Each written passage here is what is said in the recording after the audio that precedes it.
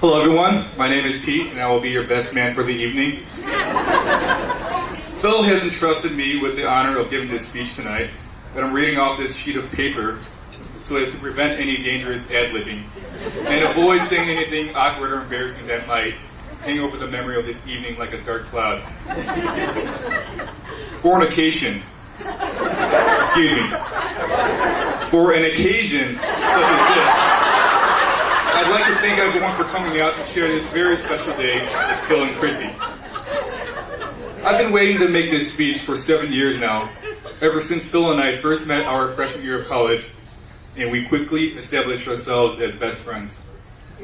Now let me take you back. 7 years ago, back when we were all just stupid freshmen at Northern Illinois, I can remember our very first floor meeting, the night before classes began. There were a bunch of us huddled around the student lounge area, and I remember everyone looking at Phil for the first time and feeling a little uncomfortable and going, okay, what schlub brought their dad to school? Seriously, at age 18, Phil looked like a 35-year-old man.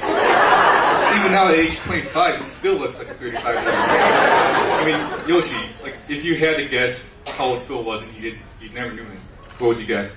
42. Exactly. It's incredible. Imagine Phil's childhood and imagine the horror other kindergartners felt when they saw what they perceived to be a grown man finger painting right next to them. But some of us have gotten used to it, taking it for granted. In fact, the very first time I saw a home video of 1-year-old baby Phil opening Christmas presents, I was absolutely shocked to see him without a goatee.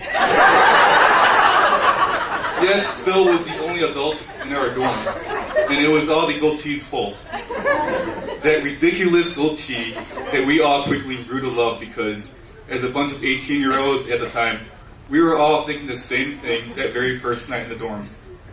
That Phil would come in handy the day we wanted to legally buy liquor.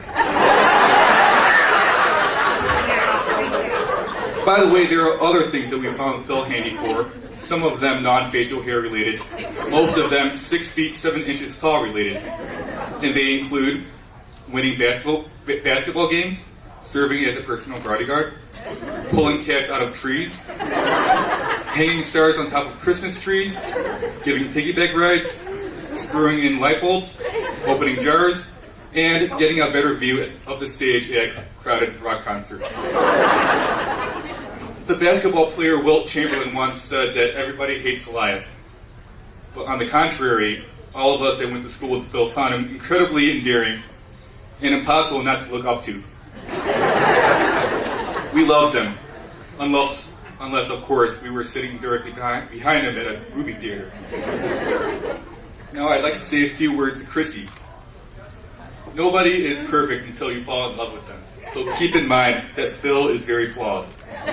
First of all, the goatee, which I have established already.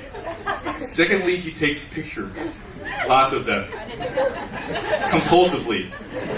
Imagine having your own personal paparazzi, only you're not famous. Now tonight, when you consummate your love, I can guarantee that pictures will be involved. But since you're blindly in love, you're going to be just fine. And by the way, Phil, send the good ones to 320 North Lakeshore Drive, apartment 601, Illinois 60657. Or email me.